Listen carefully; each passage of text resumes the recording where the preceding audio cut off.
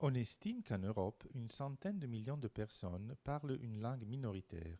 La pluralité des identités est un patrimoine qu'il faut sauvegarder. Aoste a accueilli les représentants valdôtains, bretons, catalans, ladins de la région autonome du Trentino-Sud-Tyrol, valses, provençaux et occitans pour 3 jours de débats, musique et échanges culturels organisés dans le cadre du Festival des peuples minoritaires qui s'insère dans les initiatives prévues pendant la fête de la vallée d'Aoste. Notre proposition d'insérer cette manifestation à l'intérieur de la fête de la vallée d'Aoste a été accueillie et cela nous rend heureux car cela donne un contenu à celle qui est la fête des Valdôtains, qui ne doit pas seulement être une fête institutionnelle ou un moment de musique, mais qui doit être aussi un moment de réflexion sur l'identité valdôtaine et surtout un moment d'union entre l'identité valdôtaine et les autres identités minoritaires qui existent en Europe et dans le monde. Après avoir invité le peuple corse, basque et occitan, cette année on a cédé le rôle de protagoniste au peuple breton, catalan et ladin. Du 1er au 3 septembre, on a organisé des débats avec des historiens, des écrivains, des professeurs universitaires et des représentants des institutions issues des peuples invités.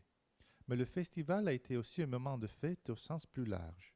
Pendant 3 jours, on a assisté à une série de concerts qui ont offert au public l'occasion de découvrir les sonorités typiques des Ladins, des Bretons, des Catalans. Après la musique et les débats, le 3e volet de la manifestation était le cinéma.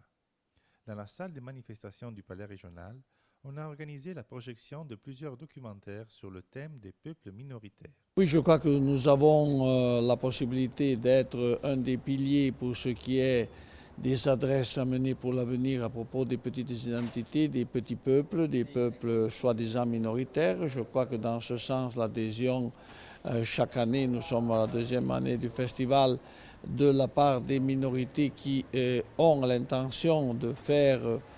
une action commune pour l'avenir est un fait extraordinaire, important au moment où très souvent on oublie les petits numéros, on essaye d'examiner l'ensemble de l'aspect soit culturel, soit économique, en oubliant que la vraie force c'est la diversité. Le festival a pour but celui de créer un forum permanent de tous les peuples minoritaires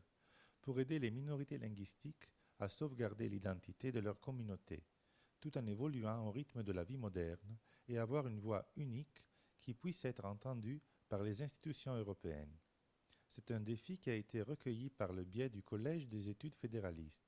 un cours de formation en langue française axé sur les minorités linguistiques et la gestion de la diversité dans les sociétés multiculturelles modernes, qui a été proposé aux enseignants, aux étudiants, aux dirigeants et aux employés de la fonction publique. L'initiative est liée à la possibilité d'examiner quel est le sens de maintenir une liaison fédéraliste